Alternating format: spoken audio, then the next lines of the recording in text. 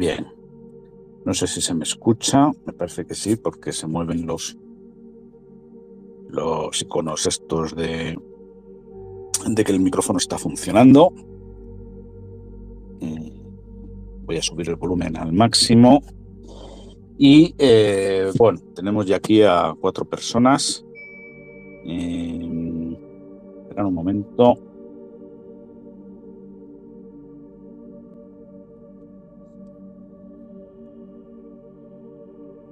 Voy a teclear una cosa.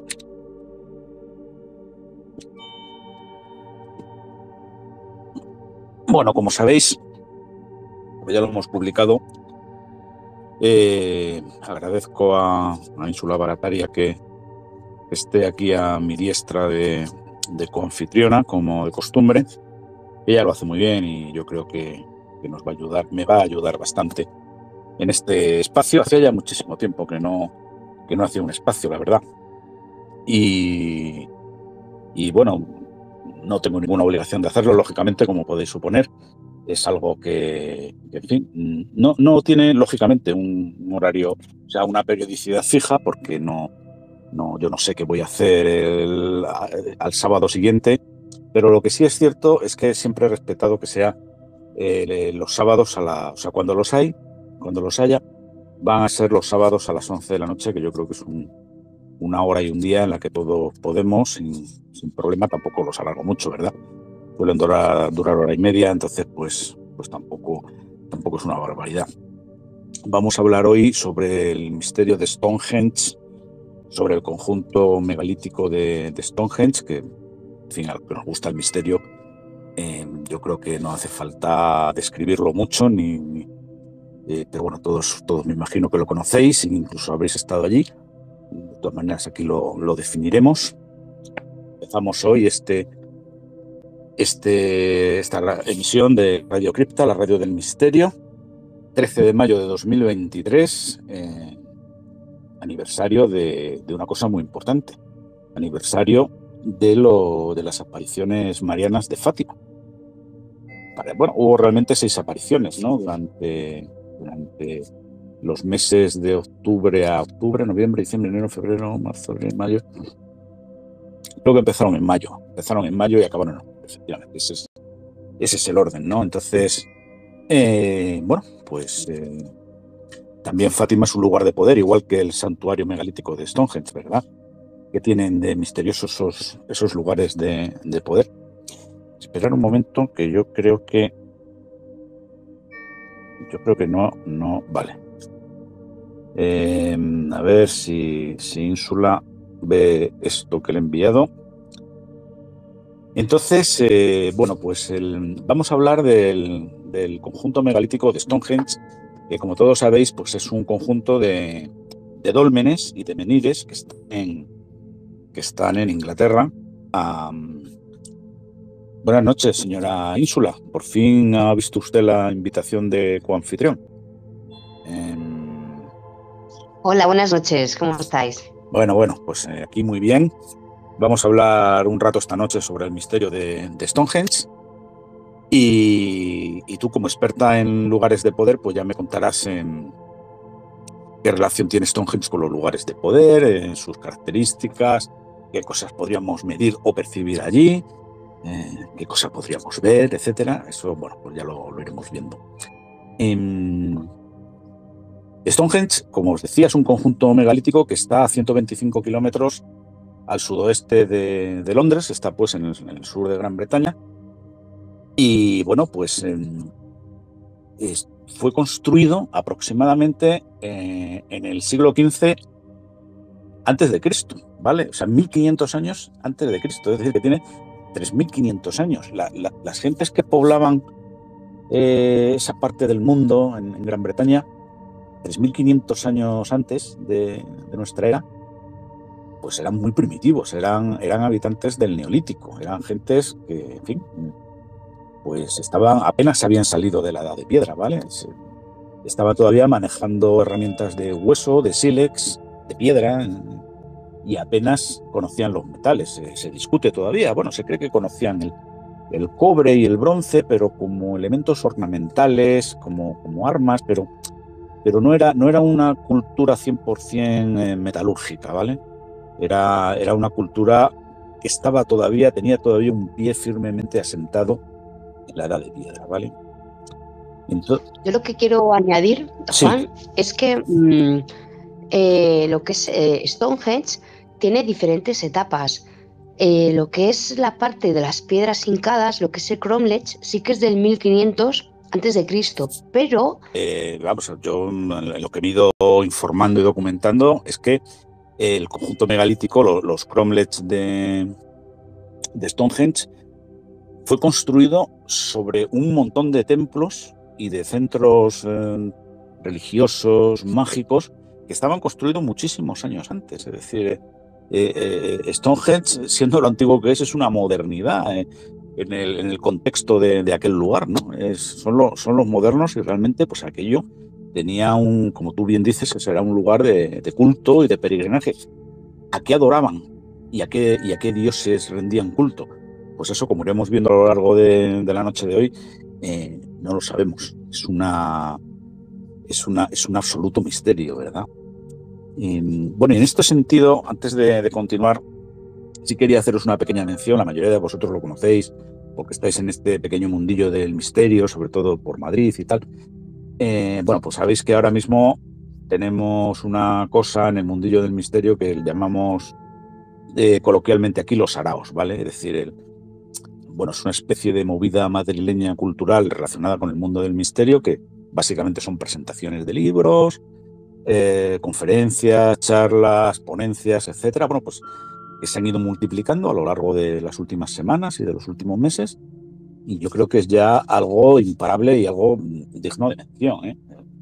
Estáis aquí en Madrid, seguro que los conocéis porque habréis asistido, y los que no, pues os animo si hay por ahí un calendario circulando que tiene nuestra amiga Lourdes Luchoro, que la conoceréis de Twitter, y que ella pues de alguna manera coordina un poco pues todo este magma cultural que está surgiendo ahora mismo, ¿eh? Estamos siendo testigos reales de un acontecimiento cultural que dentro de muchos años, cuando haya desaparecido, nos acordaremos y diremos, ¿te acuerdas entonces allá por el principio de los años 20 del siglo XXI, la movida que había en Madrid con los temas de misterio? Pero oye, con lugares, con restaurantes, con bares, con pubs, con recorridos, bueno, yo os invito a que lo conozcáis y os apuntáis si podéis, ¿no?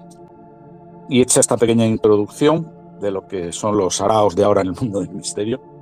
yo quiero dar la bienvenida a todos los que están participando esta noche en el espacio. Quiero decir que podéis pedir palabra, comentar en cualquier momento, intervenir, dar vuestra opinión. Bienvenido don José, Ángel, Hilda, Bubi, Festina, Lobo, no sé si hay alguno más por ahí.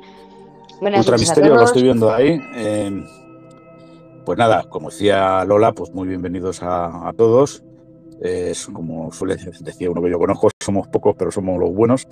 Entonces, si os parece, continuamos con esto. Mirad, claro, yo voy a hablar de Stonehenge, pero desde el punto de vista del misterio, ¿vale? Es decir, como es lógico, nos vamos a hacer preguntas sobre cómo fue realmente construido este monumento megalítico, cómo transportaron las piedras, para qué demonios servían, porque claro, ese es el quid de la cuestión. Es decir, tener en cuenta que la cultura que construyó Stonehenge, que es la cultura de Wessex, que creo que se le llama también la cultura de los cubiletes, porque llevaban colgados al cuello una especie de cubiletes que utilizaban para beber, ¿no? O sea, fijaros la enorme sofisticación y cultura de aquellas gentes que poblaban entonces el sur de Gran Bretaña, ¿no? Y claro, uno se pregunta, bueno, estamos hablando de gente que por supuesto no conoce la escritura, que no tiene una cultura, una sociedad convenientemente organizada y jerarquizada, que no conocen la rueda, ¿vale?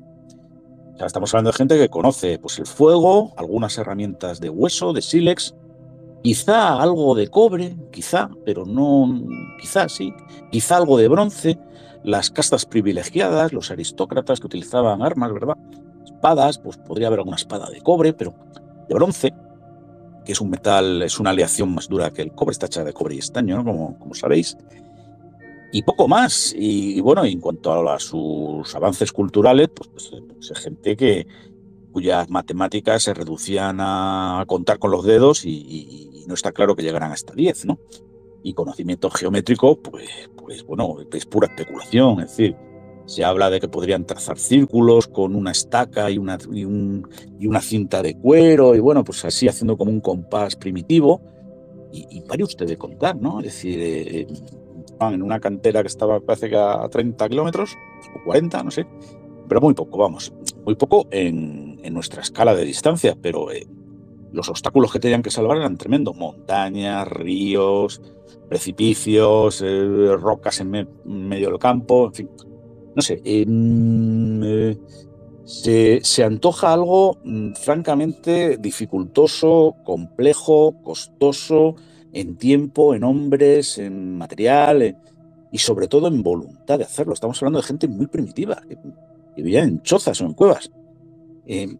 Claro, entonces, como tengo yo costumbre, pues voy a empezar por el final, ¿no? Es decir, desde un punto de vista esotérico, desde un punto de vista de resolución de un misterio, ¿cómo podemos resolver o sea, qué problemática nos plantea Stonehenge y qué soluciones podemos darle, ¿verdad?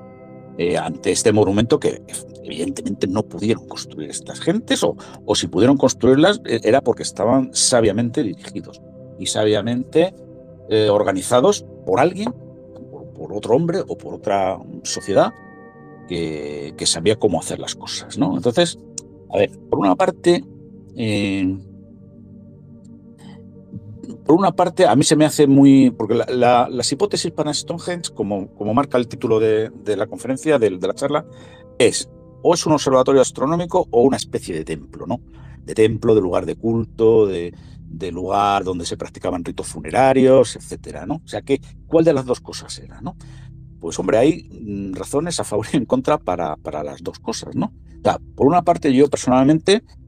Yo niego que Stonehenge fuera un calculador astronómico en piedra construido por la cultura local, que es la cultura de Wessex o de los cubiletes, ¿no? Como se dice. Pues sencillamente porque no tenían esos conocimientos, ¿vale? O sea, que, vuelvo a repetirlo, que hay gente que lo único a que llegaba era contar con los dedos y punto. Por otra parte, hay un indicio, como veremos más adelante, que apunta a que ese observatorio astronómico como tal pudo haber sido construido como tal observatorio astronómico por griegos, ¿vale? Porque la cultura griega sí estaba más adelantada, sí estaba más organizada, pero ojo, no son los griegos que conocemos de Platón, Aristóteles, no, esos fueron muy posteriores. Estamos hablando de griegos arcaicos, es decir, de gente incluso anterior a Homero, ¿vale? De la cultura micénica, o contemporáneo de Homero, vamos, porque la cultura micénica era la contemporánea de Homero. Es decir, estamos hablando de griegos arcaicos, ¿vale? De griegos o de algún otro pueblo procedente de la Koiné del Mediterráneo. La Koiné es el grupo de pueblos y de culturas mediterráneas similares a los griegos, bueno, pues que eran, digamos, los países o los pueblos más avanzados de la época en esta zona de Europa, ¿no? En el Mediterráneo, en este caso. Entonces, sí que es verdad que hay una hipótesis que además está avalada por pruebas arqueológicas, que pudo ser un contingente de griegos con algún astrónomo / matemático / geómetra a la cabeza, tipo Eratóstenes, pues el que pudo aparecer por allí y utilizar como mano de obra barata a la gente de la cultura de Wessex y erigir el monumento megalítico de Stonehenge. Esta sería la segunda posibilidad. Y la tercera y última, que yo he meditado, bueno, pues además, pues efectivamente siempre queda abierta la posibilidad de que sea un templo, como os he dicho antes, o un lugar de iniciación o algo mucho más complejo y relacionado con creencias de la cultura de Wessex. ¿Y por qué digo esto? Pues por lo que os he comentado antes. O sea, los enormes trabajos que tuvieron en la hipótesis de que esto fuera verdad, de traer las piedras, de pulirlas, ya veremos luego cómo es el pulimento de esas piedras.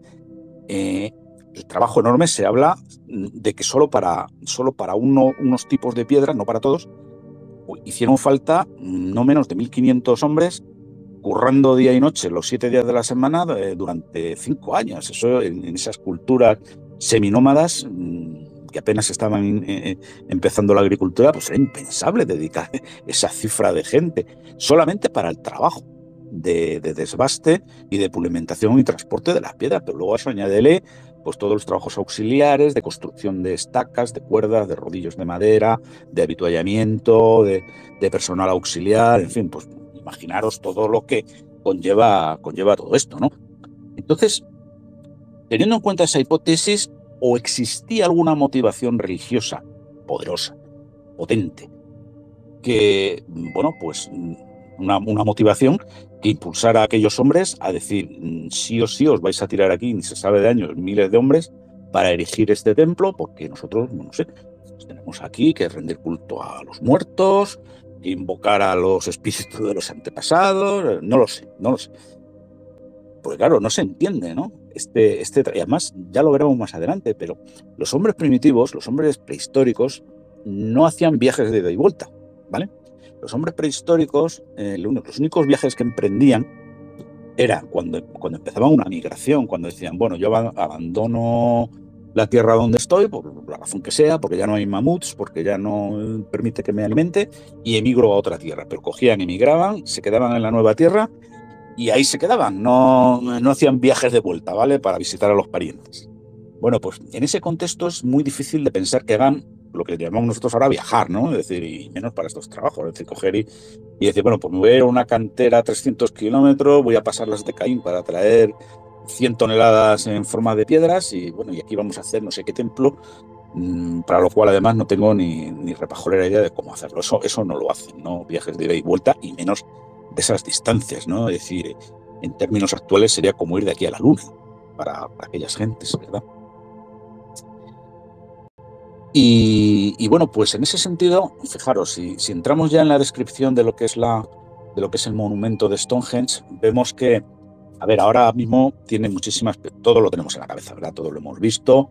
Yo no sé si aquí se puede compartir algún gráfico. Bueno, algún día aprenderé si se pueden meter aquí gráficos. Si puedes meterlo, Ínsula, lo metes. Todos tenemos en la cabeza lo que es el conjunto megalítico de Stonehenge, ¿vale? Es un círculo de dólmenes.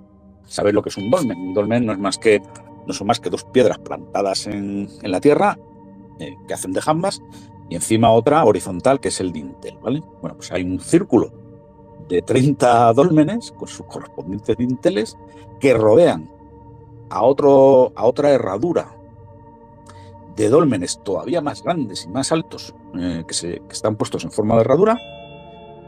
Entre esos dos conjuntos hay otro círculo de piedras mucho más pequeñitas y tal, que es lo que se llama el círculo de piedras azules.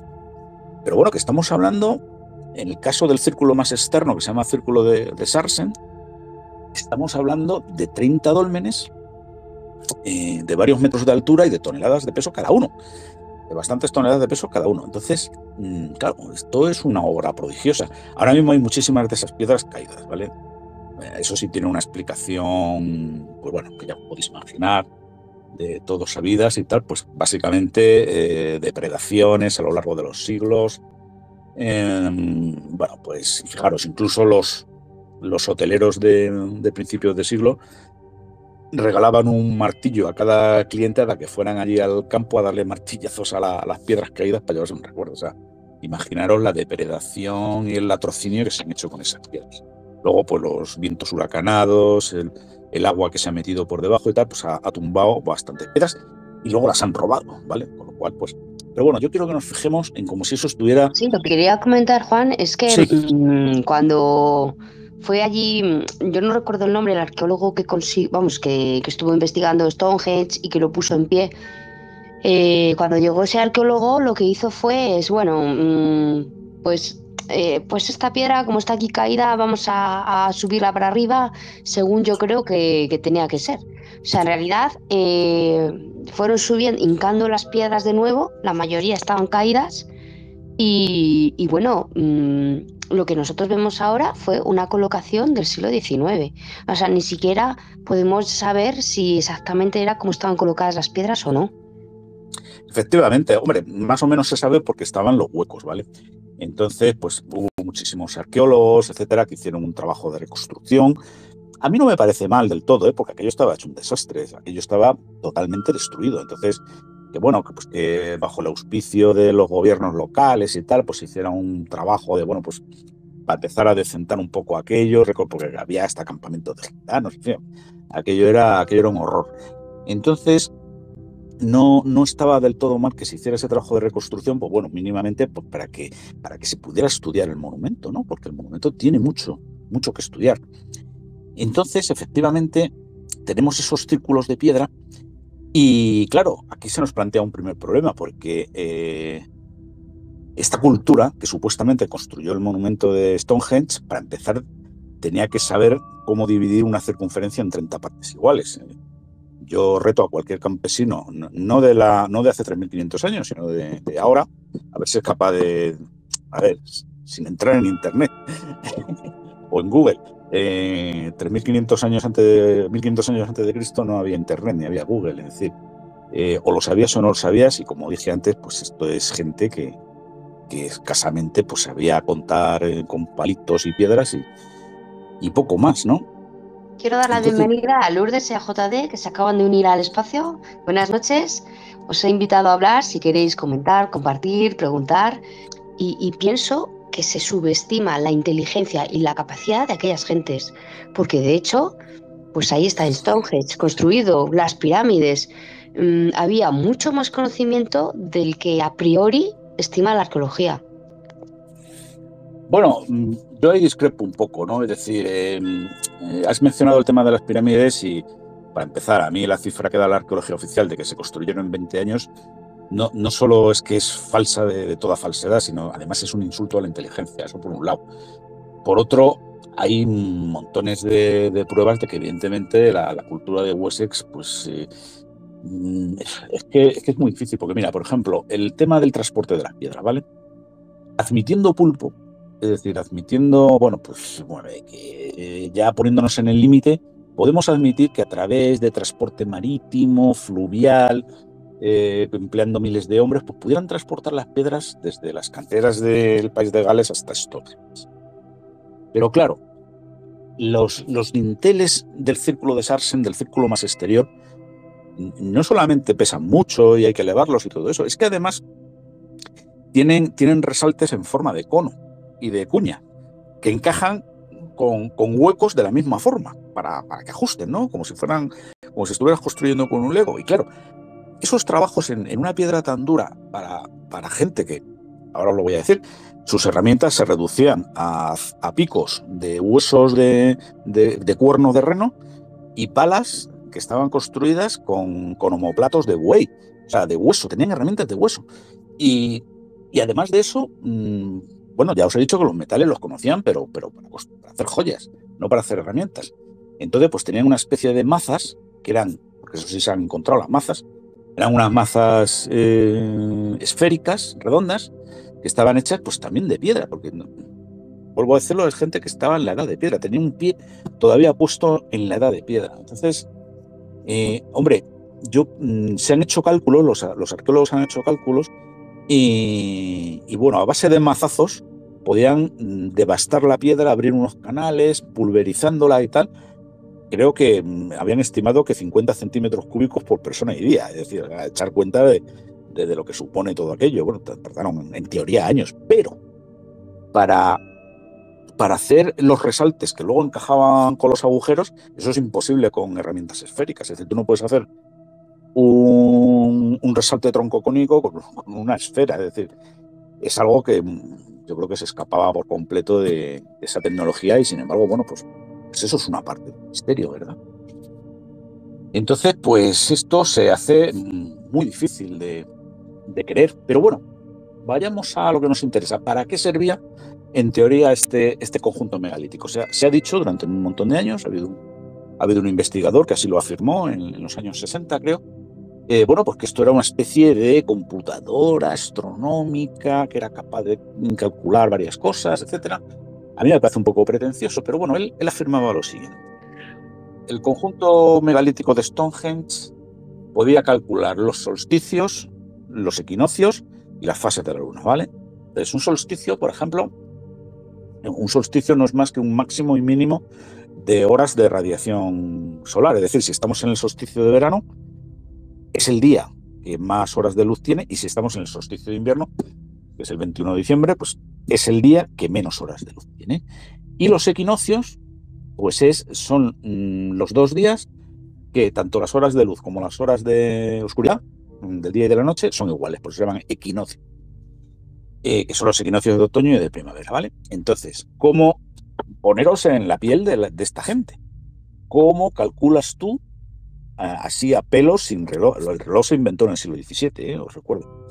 El reloj de arena antes, pero no 1500 años antes de Cristo. O sea, ¿cómo sin relojes, cómo calculas tú el solsticio de verano, el solsticio de invierno y los equinoccios? O sea, la única manera que hay, la única, es poner a un pollo todos los días, no sé, pues observando la sombra que hace un palo,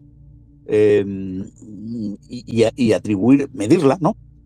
Con lo cual ya tienes que tener una unidad de medida, ya son unas matemáticas avanzadas para esta gente, y asignar eso y relacionarla con el paso del tiempo, con la rotación de la Tierra alrededor del Sol, que no es más que el estudio de los solsticios y los equinoccios, presupone que tú sabes que de alguna manera el Sol da vueltas, la Tierra da vueltas alrededor del Sol, o al revés, o como creíamos hasta Ptolomeo, o hasta Galileo, mejor dicho, el Sol da, pero al final es lo mismo, porque como el movimiento es relativo, a efectos astronómicos, no a efectos de la verdad, sino a efectos astronómicos, lo mismo da que la Tierra dé vueltas alrededor del Sol que el Sol dé vueltas alrededor de la Tierra. En cualquier caso, presuponía unos conocimientos astronómicos, bueno, pues que yo me niego a creer que la gente de la cultura de los cubiletes lo tuviera, ¿vale?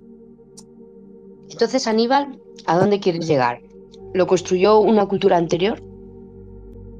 O sea, tú quieres que yo me tire a la piscina, ¿verdad? Aunque no tenga agua. Bueno, pues en parte me he tirado a la piscina antes, cuando he explicado las 3 patas que tiene este misterio. Me he quedado en el aire a medio camino de estrellarme, pero quizá ahora no tenga más remedio que estrellarme. Es decir, esto realmente es un misterio, ¿vale? Es decir, hay puntos, como decía antes, a favor de que sea un templo, hay puntos a favor de que fuera una cultura helenística, tirrena, egea. ¿Por qué digo esto? Pues porque se ha encontrado una espada egea griega grabada en el monumento.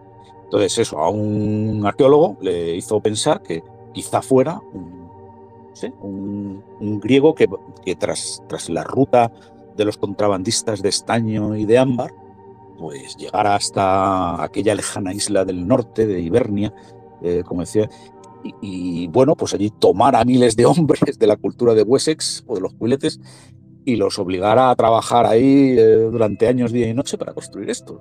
A mí se me antoja, en fin, que es una sucesión de derivadas que la primera a lo mejor vale, la segunda tal vez, la tercera admito pulpo, pero ya no sé. Y luego, por otra parte, pues como decía antes, pues está abierta la posibilidad de que sea un templo, lugar de iniciación, de culto.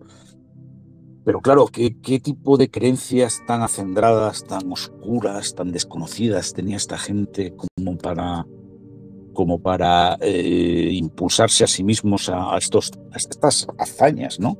A esta hazaña heroica de construir esto?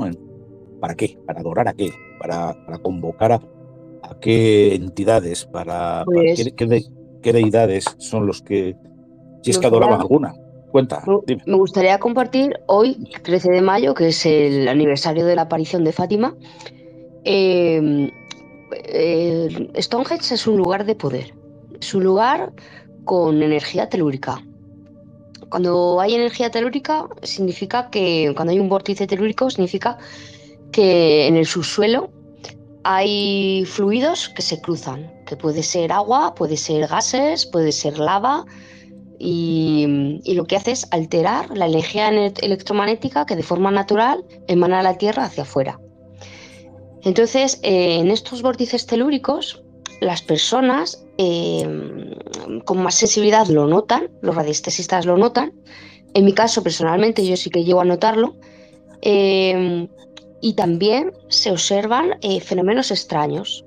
Por ejemplo, yo he podido constatar que en los lugares donde hay apariciones marianas siempre hay un nivel de telurismo.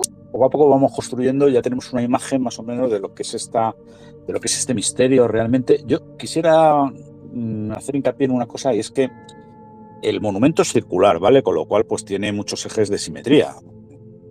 En un plano, en un círculo, hay infinitos ejes de simetría. Pero hay uno en particular que alinea una piedra que está dentro de la herradura de los trilitos, que es la piedra del altar, con otra piedra que se llama la piedra del talón y con otra piedra que está más exterior, que es la piedra del sacrificio. Esas tres piedras están alineadas, ¿vale? Y 2 puntos determinan una línea recta en un plano, eso está claro, pero 3 no siempre determinan una línea recta. Entonces, da la casualidad de que esas 3 piedras singulares están alineadas. Luego hay otras, todo esto es para que veáis que el monumento no está hecho al azar, es decir, hay otras 2 piedras y otros 2 montículos que se cruzan también con este eje principal que determinan las 3 piedras de antes, la del talón, la del sacrificio y la del altar. Y bueno, pues forman una figura bastante simétrica, ¿no? Sobre esa figura, bueno, se han hecho miles de estudios, etcétera, se pueden determinar el comienzo y el final de las 4 estaciones del año. Pero ¿cómo esta gente de la cultura de Wessex iba a ser capaz de plasmar en un monumento megalítico, haciendo unas mediciones precisas, asociando el paso del tiempo a la órbita de la Tierra en torno al Sol, o a la aparente del Sol en torno a la Tierra, para calcular esas cosas con precisión? Eso es imposible. Y además, ¿con qué fin? Porque si tú lo que quieres es decir, bueno, pues yo quiero saber más o menos cuándo empieza el equinoccio de otoño, porque así yo sé que es la cosecha y yo sé que tengo que empezar a cosechar, pero para eso con la habilidad del abuelo o del anciano del lugar le dice, mira, estoy observando, los ancianos no tienen nada que hacer, no estoy observando el sol y yo creo que en mis 90 años de experiencia ya estamos en otoño, o lo que ellos llamaban otoño en aquella época, y entonces, por lo tanto, hay que empezar a cosechar, ¿no? O sea, para eso harían falta, pues, sabiduría popular, una estaca, 2 piedras y poco más. ¿Sabes, Juan? Pero Juan, Claro, Juan, sí. tú lo estás viendo desde el punto de vista del siglo XXI, Claro. pero para ellos las estrellas eran los dioses y para ellos era muy importante observar el cielo porque en el cielo estaban sus dioses y los muertos ascendían a las estrellas. Entonces, ¿cómo no van a tener observadores astronómicos? Pero Lola, Nosotros tenemos que verlo siempre, lo tenemos que observar en clave práctica de sí, que les venía muy bien para las cosechas, pero también ellos siempre iban a tener un fondo espiritual y de conexión con el otro lado.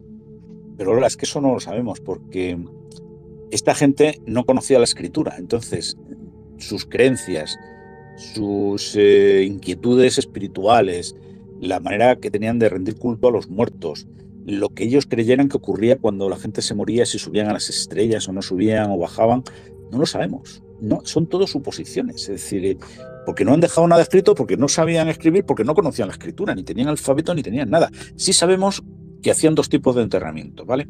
O sea, ellos hacían como microcementerios que se llamaban burrows, que eran, bueno, pues tumbas alineadas en línea y tumbas circulares, ¿vale? No sabemos por qué unas eran en línea y otras en círculo, y eso es todo lo que sabemos de su espiritualidad. Hombre, a mí se me antoja un monumento muy fuera del alcance de lo que ellos, de sus capacidades, para algo espiritual, pero claro, es que si no, no se explica. Es decir, esto es como si los hombres del siglo XVI hubieran sido capaces de construir un cohete y llegar a la Luna. Es decir, con la tecnología de entonces. O sea, habrían tenido que hacer un tour de force tan tremendo que solo alguna motivación muy fuerte hubiera podido explicar ese esfuerzo, ¿no? ¿Sabes, Juan, que justo ahí diste en algo? Porque en realidad tenemos que tener también la teoría de los apocalipsis del pasado. Hay una serie que se está dando en Netflix que realmente está dando a ver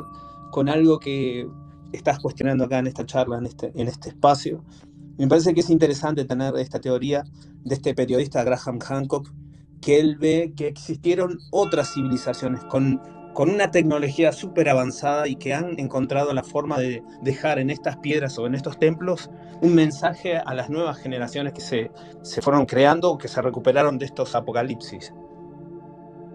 Bueno, sí, efectivamente, esa es un clásico del misterio, ¿no? Que son pues las civilizaciones ancestrales, ¿no? Evidentemente, parte de eso es verdad y es verificable porque, como hemos dicho antes, el conjunto megalítico de Stonehenge se ha construido bajo capas y capas de lugares que no tenían que ser otra cosa que lugares de poder, como bien ha dicho Lola, porque efectivamente los lugares de poder llaman a los lugares de poder. Esa podría ser la ley fuerte de los lugares de poder. Es decir, se localiza un lugar de poder, se hace un templo allí por una civilización antiquísima, esa civilización desaparece, el templo desaparece, pero la siguiente civilización, quizá miles de años después, vuelve a construir sin saber nada en el mismo lugar, porque es un lugar de poder y porque tiene una fuerza, una energía que llama de alguna manera a la psique de los nuevos pobladores, de las nuevas civilizaciones, de los nuevos habitantes. Ir más allá sobre si hubo una civilización avanzada y todo, es perfectamente posible. Si yo eso no lo niego, faltarían las pruebas, claro, es decir, los restos tecnológicos, la chatarra, ¿no?, por así decir, de esas hipotéticas civilizaciones. Lo que sí parece ser es que si eso es verdad, y si esas civilizaciones tecnológicas han desaparecido y eran tan antiguas, pues evidentemente parece que nos han dejado muestras de ese conocimiento y de esa tecnología en algo que los primitivos de aquella época pudieran entender y se pudiera preservar a lo largo de los siglos. Y eso no te lo da nada más que la piedra, ¿no? Porque si no, lo que se vería a lo largo de siglos de historia, de huracanes, de inclemencias del tiempo, pues sería nada más que chatarra que no significaría nada para esas culturas primitivas de 1500 años antes de Cristo, ¿no? Claro, claro. Por eso mismo estos templos, como dice Ínsula, son estos templos de poder, porque realmente el poder es el conocimiento. Y seguramente este tipo de civilización que dejó estas muestras, tanto como para poder conocer lo que es la ubicación de las estrellas y todo lo demás, están dejando un legado a futuras civilizaciones en un momento que ellos estaban en la culminación de su, vamos a decir, de su la última generación, ¿no? Sí, efectivamente. Y bueno, pues esa hipótesis de trabajo, pues la verdad es que siempre está ahí, ¿no? Es algo que no debemos desechar en absoluto, y más a gente como nosotros que nos gusta el misterio, ¿no? Para oír las tonterías que dicen los arqueólogos sobre las pirámides de Egipto, pues para eso ya tenemos bastante, ¿no? Que fueron construidas en 20 años y, en fin, sin despeinarse y todas esas cosas. Eso ya lo sabemos, ¿verdad? Entonces, para mí este es un misterio abierto. Hay otro dato, aparte de lo que os he contado del transporte de las piedras y tal, y es el izado de los dinteles, ¿no? Es decir, bueno, pues más o menos con cuerdas y todo esto se podría entender cómo fueron erigidas las jambas, ¿no? Las piedras verticales, pero coño, la que se pone encima de las dos jambas, hay un dibujo por ahí que creo que ha puesto Lola en el chat, y bueno, pues se especula que pudo ser así, pero claro, es que eso es complicado, ¿no? Los arqueólogos no se ponen muy de acuerdo de cómo pudieron esta gente, que lo más que tenían, ya os digo, eran rodillos hechos de troncos, Claro. y cuerdas poco menos que lianas, como las que utilizaba Tarzán para saltar de árbol en árbol. Es decir, Juan, mira, dime. pregunta JD. ¿Y si, al igual que al parecer hicieron algunas culturas mesoamericanas y también los egipcios, fueron capaces de ablandar la piedra? Bueno, pero para eso hace falta una tecnología. Es decir, pensemos que Egipto, que fue anterior a esto, vamos, Egipto fue, el principio de Egipto fue 1000 años anterior a la cultura de Wessex, pero vamos, los egipcios era pues como una cultura de ciencia ficción comparada con esto. Es decir, los egipcios sí tenían medios para ablandar la piedra, pero esta gente, los arqueólogos, es lo que dicen ellos, a base de mazazos, con esas mazas de piedras que tenían, pulverizaban la roca. No, sí que es verdad que, por ejemplo, esto también es una suposición, pero bueno, ellos lo que dicen es que para cortar la piedra en origen, ¿vale? En las canteras, sí que es verdad que echaban agua fría, eso generaba un agrietamiento por diferencia térmica dentro de la estructura de la piedra, y entonces, pues bueno, la piedra se podía rajar, partir espontáneamente, y con eso, bueno, pues lo que hacían era disminuir el tamaño de los bloques para transportar, ¿no? Adecuaban un poco a la estructura que ellos tenían en la cabeza de cómo iba a ser el monumento. Eso es lo que dicen los arqueólogos, ¿no? Es una hipótesis, que en el fondo pues es una tecnología que nos daría pues un símil de ablandar la piedra. pero realmente no están todos de acuerdo, ¿eh? Hay una parte de misterio ahí. Juan, Por eso lo estamos tratando. Perdona, Dime. comenta Ángel que también es un lugar donde se han reportado fenómenos extraños y ocurrieron algunas desapariciones inexplicables. ¿Podría ser debido a esa confluencia de energías? Hombre, pues se me hace algo parecido a aquello de lo que ocurre en las montañas de Montserrat, ¿verdad? Que también es una zona con muchas rocas, mucho granito, y muy misteriosa, donde ha desaparecido gente, donde pues podría ser perfectamente. De hecho, por ahí cerca está todo el tema del círculo de las cosechas, ¿no? No me conozco yo muy bien la geografía de la Inglaterra meridional, pero creo que por allí cerca anda precisamente todo el misterio de esto es la comarca de Salisbury, y cerca me parece que está el tema de los círculos de las cosechas. Inglaterra, en menos medida el país de Gales y mucho menos medida Escocia, pero sobre todo el sur de Inglaterra es un lugar muy misterioso, es decir, es un lugar mágico. De ahí viene Aleister Crowley, hay una tradición, Merlín el Mago, hay toda una tradición mágica, esotérica. No sé si conocéis también, estoy ya empezando a patinar, pero en la Segunda Guerra Mundial hubo una batalla entre magos de Gran Bretaña y de Alemania, ¿no? Hitler tenía como unos magos a sueldo, ¿vale? Y Gran Bretaña tenía otros. Y entonces creo que había como una lucha entre magos donde se enviaban conjuros y los otros tenían como escudos mágicos que los rebotaban, etcétera. En fin, es un lugar como con mucha magia.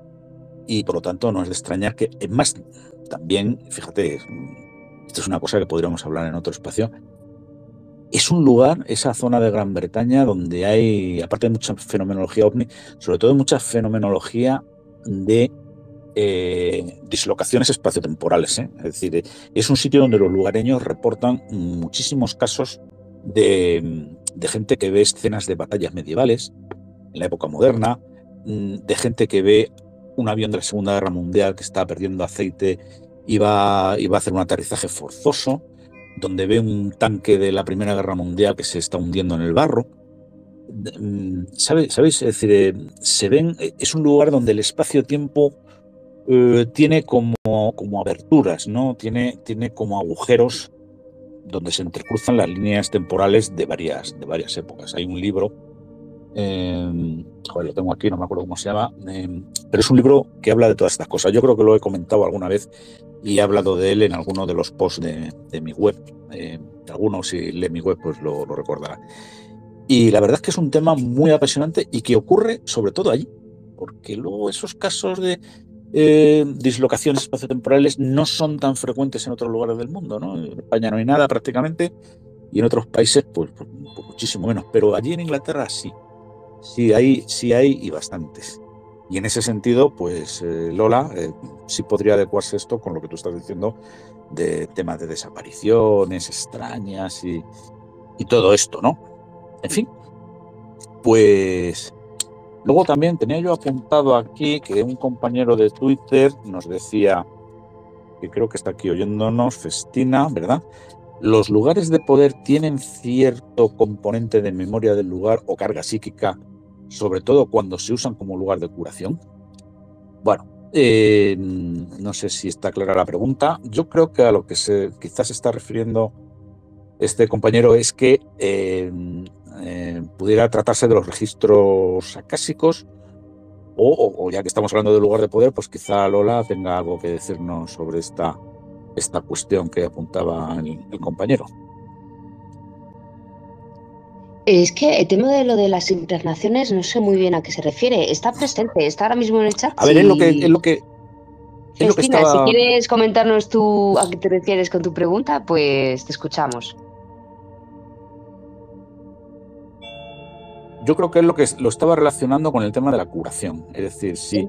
Yo lo que quiero comentar es que asistí a una charla muy interesante que hablaba cómo en las antiguas culturas sanaban a través del sueño y que los griegos pues acudían a ciertos templos Bueno, pues tomaban unas hierbas o no, dormían allí, pasaban la noche y entre sueños, ¿no? Pues se les revelaba la cuestión que les preocupaba o la forma de sanar. Allí eran atendidos por médicos y la forma que tenían de sanar era de pasar la noche allí en el propio templo con esas energías telúricas. Bueno, pues ahí podríamos tener una respuesta a lo que planteaba Festina. Creo que Juan quiere hablar. Adelante, Juan. No, se me puso la manito.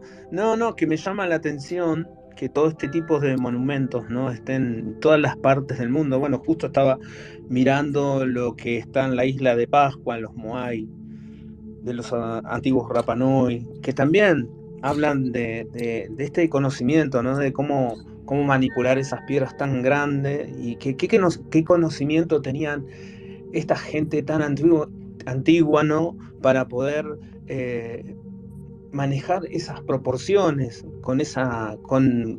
me llamaba poderosamente la atención cuando vos describías el tipo de herramientas que ellos empleaban, que no es imposible tratarla sino por medio de algún tipo de conocimiento que nosotros no tenemos, porque con la tecnología que hoy tenemos se hace complicado tratar de llevarla y a la misma forma o darle una forma similar, ¿no? Bueno, fíjate, cuando has hablado del tema de las piedras, he recordado una cosa, y es que el tema de la piedra para el ser humano es muy importante. Yo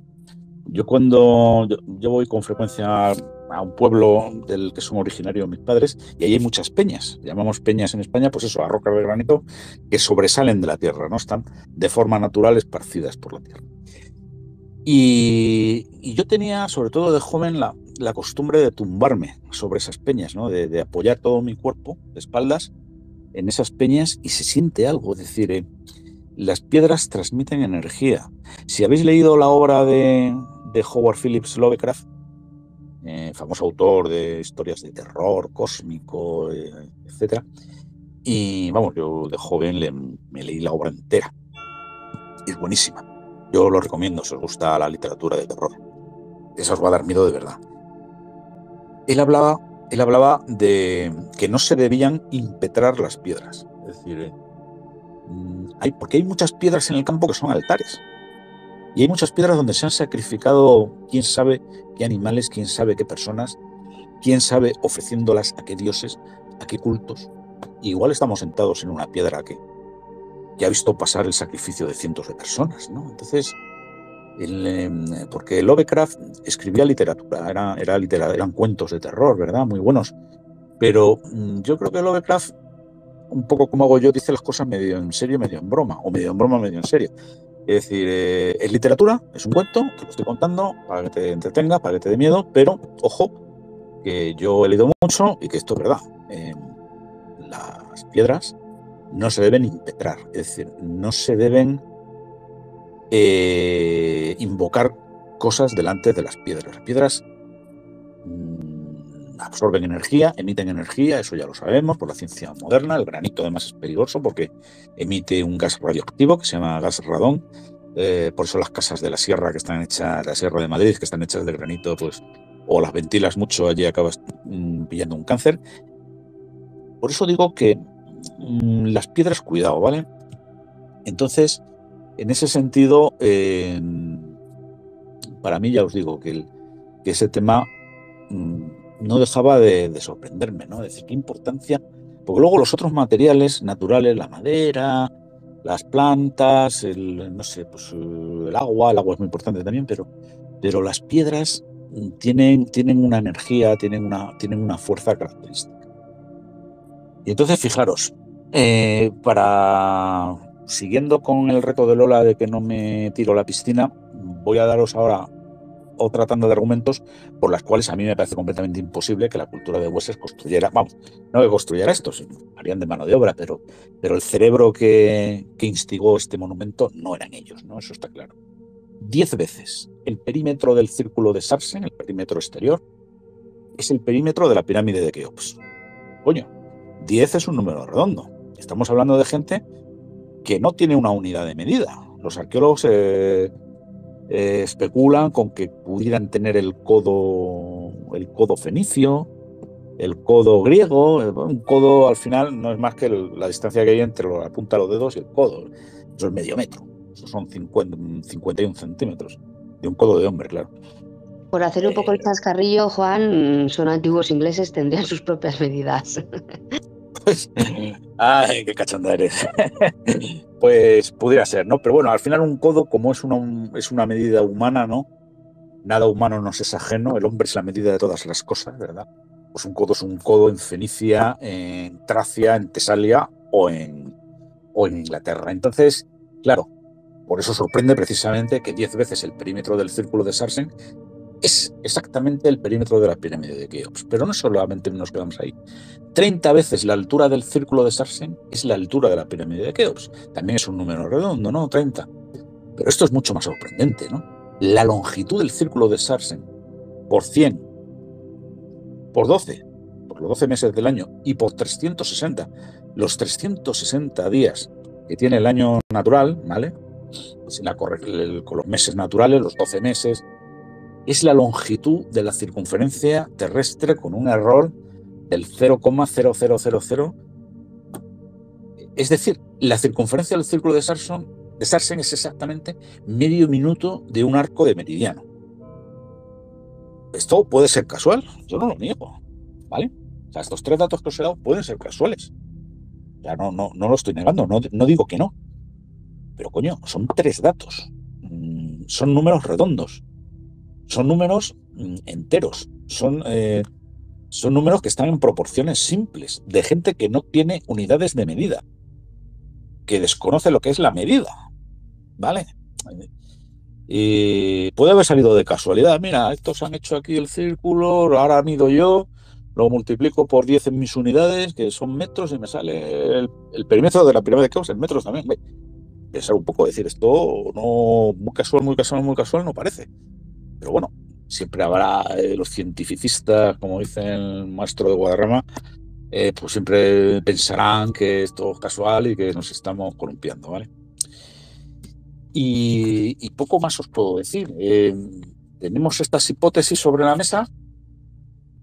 Tenemos un conjunto megalítico que efectivamente da unas medidas y unas magnitudes y es capaz de calcular una serie de cuestiones astronómicas y demás, pues que evidentemente escapan a se podía pensar de casualidad. Hombre, los arqueólogos, vamos a ver, han hecho medidas precisas y tal, y a ver, se pueden medir los solsticios y todo eso, pero un poco con la teoría del punto gordo, ¿vale? Es decir, voy a hacer un triángulo y al final no llega un vértice a tocar al otro, pero hago ahí un punto gordo y como que toca, ¿no? Pero bueno, más o menos sí, ¿vale?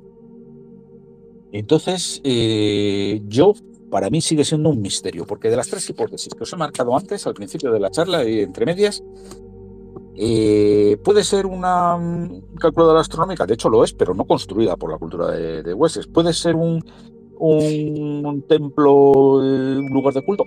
Puede ser, pero coño, anda que no han tenido que sudar los de la cultura de Wessex para eso. Pueden haber sido miembros de una cultura arcaica, ¿no? De Grecia, que hayan pasado por allí, ¿no? Y bueno, aprovechando que el Pisuerga pasa por Valladolid, pues construyo esto. Podría ser, ¿no? Y hay un dato arqueológico que lo apoya, pero no hay razones 100% suficientes para decantarnos por ninguna de las 3 principales hipótesis que he expresado aquí. Y si alguno de vosotros pues tiene alguna razón que le incline a pensar por una o por otra, o por una cuarta o una quinta que se saque de su faltriquera, pues aquí estamos para oírlo y para debatirlo. Así que, venga, no os cortéis. Es gratis. Podéis... Sobre Stonehenge se ha dicho muchísimas cosas. También se comentó que si lo habían construido porque por allí pasaba pues los animales, los grandes animales, y que esa era una vía por donde, pues como una vía también de señalización de la caza. Mm, Eso yo recuerdo que también se comentó. ¿Qué más? Una arqueóloga estuvo investigando y dijo que si las piedras podían estar cubiertas y que en vez de estar al aire, pues que serían, digamos, que el esqueleto de un edificio y que tendría una techumbre en forma de pico. Lo que pasa es que, bueno, eso la verdad que era como demasiado, bueno, que no se pasaba a creer. Y bueno, pues poco más. Las investigaciones se han quedado ahí. Se siguen descubriendo nuevos círculos que rodean Stonehenge. Incluso a kilómetros de Stonehenge se han descubierto nuevas circunferencias y sigue siendo un verdadero misterio. Lo que sí que te quería preguntar, Juan, a los dos Juanes que estáis hablando, ¿se conocen de avistamientos ovnis en la zona? ¿Se tiene constancia?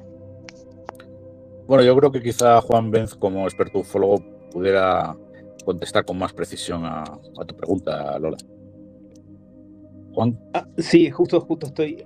Sí, hay casos ahí cercanos a ese lugar donde hay muchos avistamientos, pero la mayoría de esos avistamientos también han sido o sea, no han sido muy verdaderos que digamos. Pero sí, tengo un registro de varios casos, inclusive de apariciones de luces tipo orbes en Stonehenge, así que hay. No tengo preciso bien cuáles son los casos, las fechas, pero sí hay documentación que puede avalar eso. Bueno, yo tengo una pequeña cuestión que se me ha olvidado comentar, pero que no sé si se os habrá ocurrido alguno. Es decir, a ver, ahí está la herradura de los trilitos gigantes, el círculo de piedras azules pequeñitas, luego el círculo de Sarsen, que son los 30 dólmenes ahí con los resaltes cónicos que son imposibles de haberlo construido, bla, bla, bla. Y luego hay 3 círculos concéntricos de agujeros, ¿vale? Y luego hay un desmonte, pero claro, esos círculos de agujeros han sido agujeros siempre o tuvieron piedras. Porque sí que es verdad que el círculo de Aubry, que es el más externo, hay 2 piedras, ¿vale? 2 piedras y 2 montículos que son los que señalan las 4 estaciones del año. Entonces, eran agujeros y se le iban poniendo piedras ahí, yo qué sé, pues para señalar en qué mes estábamos o en qué semana estábamos, pues yo creo que eran 56, con lo cual eso es parecido al número de semanas que tiene un año, ¿no? Es posible que esta gente pudiera dividir el tiempo en semanas y ser capaz de saber en qué semana están y iban poniendo piedrecitas en el círculo de Aubry para señalar la semana en la que estábamos. O sea, el calendario juliano, que es el que subdivide el año en meses y los meses en semanas, esto es del siglo, no sé, del siglo XII o por ahí. O sea, esto es no de 1500 años antes de Cristo. Entonces, eso se me había olvidado comentarlo, pero es un tema que me ha hecho reflexionar, ¿no? Es decir, en esos agujeros había piedras y las han robado, ¿no? Como hemos comentado al principio. ¿O realmente eran agujeros y los constructores de este conjunto megalítico han ido poniendo ahí las piedras para marcarlos? ¿O les fue dicho que tuvieron que poner esas piedras? ¿Cómo tenían que poner esas piedras para saber en qué semana estaban y organizarse mejor en el tiempo? Y en cualquier caso, ¿esto a la cultura de Wessex históricamente le ha valido para algo? Es decir, o ocurre como lo que yo sospecho que pasó en Egipto, que la cultura de Wessex se lo encontró ya hecho, como los egipcios de la cuarta dinastía se encontraron las pirámides de Egipto ahí plantadas. Y luego, porque luego es verdad que los egipcios hicieron pirámides, pero como peores, ¿no? Mucho más, y además pasando los siglos, es decir, que supuestamente deberían haber mejorado la técnica y tal. Y lo que hicieron fue pirámides como más costosas, más cutres, ¿no? O sea, esta gente cabría la posibilidad, pregunto, de que la gente de la cultura de Wessex se encontrara Stonehenge ya hecho. Porque esa es la pregunta que uno se hace cuando se encuentra monumentos de esta clase, ¿no? De esta categoría. Estaban ya allí y esta gente, pues, bueno, a lo mejor sí que lo aprovecharon como lugar de culto, como lugar de adoración, como un lugar donde invocaban a los muertos, a sus antepasados, como lugar donde se aparecían fantasmas. O realmente, porque yo no me acabo de creer que ellos lo construyeran, ¿eh?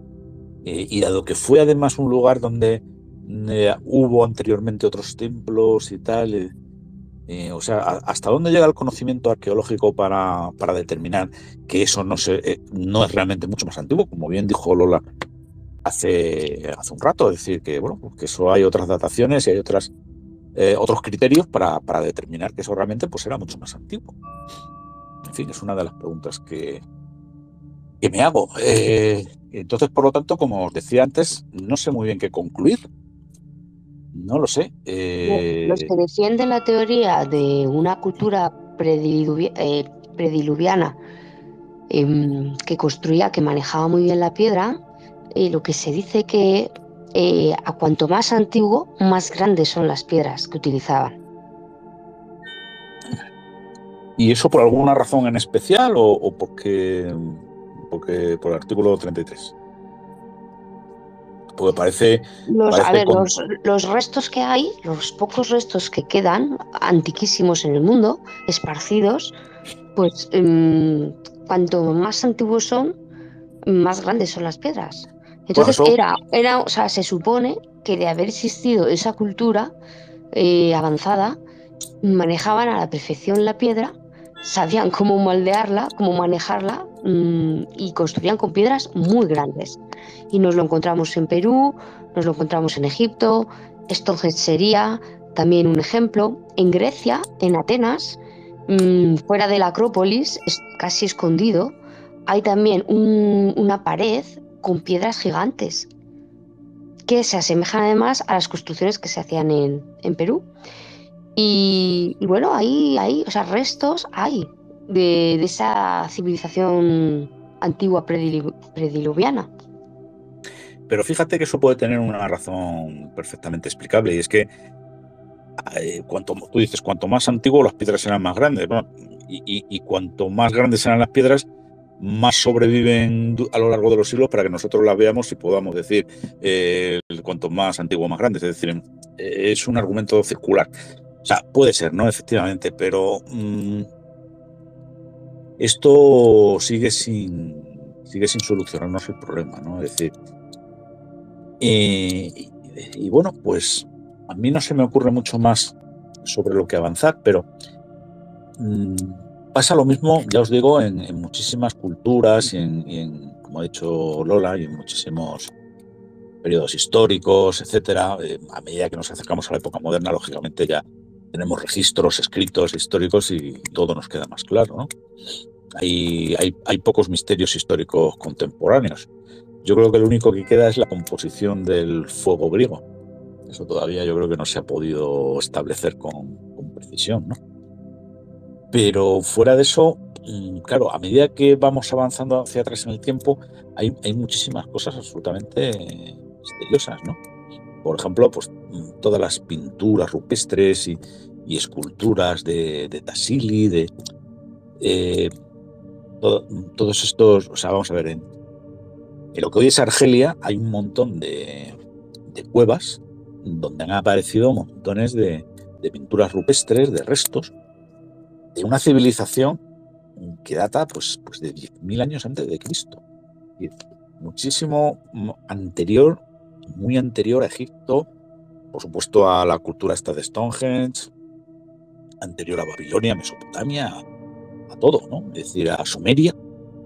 Y bueno, pues, ¿quién era esta gente? Y qué, ojo, y tienen escultura, ¿eh? Y tienen como dioses, y se han encontrado estatuillas.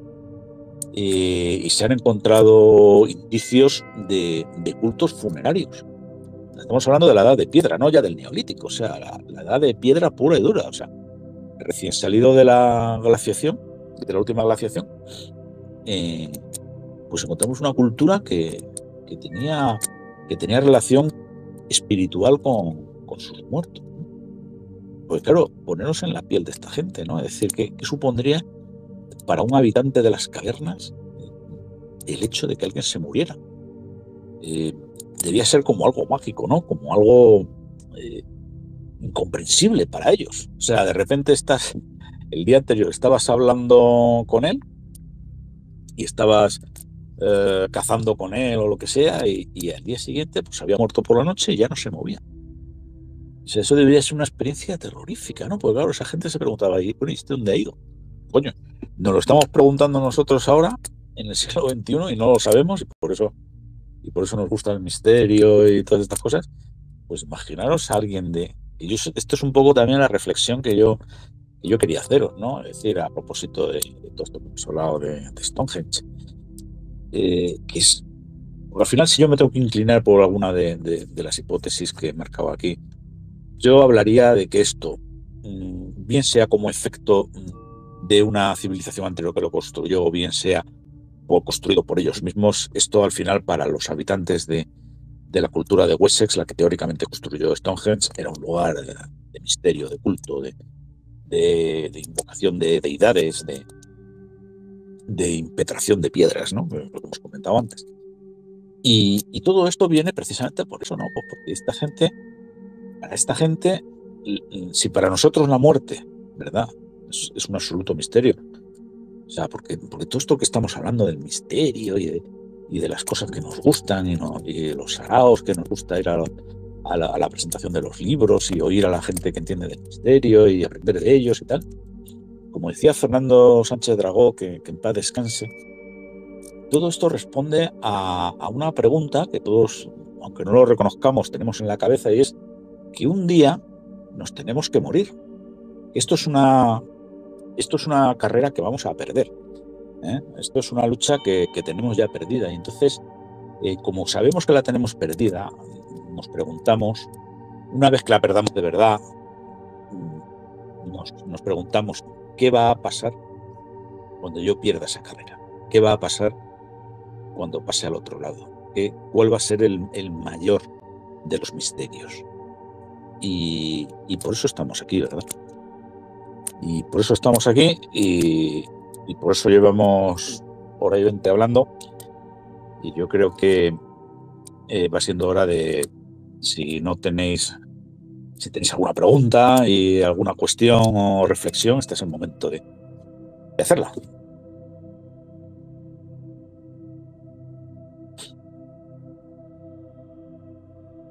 Alguno por ahí se va, da finalizado el tema. Lola, ¿quieres decir algo? Quería despedirme, parece que no hay más preguntas, no hay más Vale. comentarios. Ha sido un gustazo de espacio, me ha encantado todo lo que se ha comentado. Me han entrado muchas ganitas de ir allí a Stonehenge porque no lo conozco en persona. Y bueno, pues a ver si cuando vaya me encuentro con un cambio de espacio temporal. Muy bien, pues nada, lo dicho, gracias a todos por asistir. La conclusión que yo saco es que tenemos que hacer más espacio de esto. Yo creo que a mí por lo menos yo me encuentro a gusto, me gusta hablar de estos temas. Y nada, chavalotes, pues que paséis buena noche, buen fin de semana. Y yo corto esto, si no hay más cuestiones, en 3, 2, 1.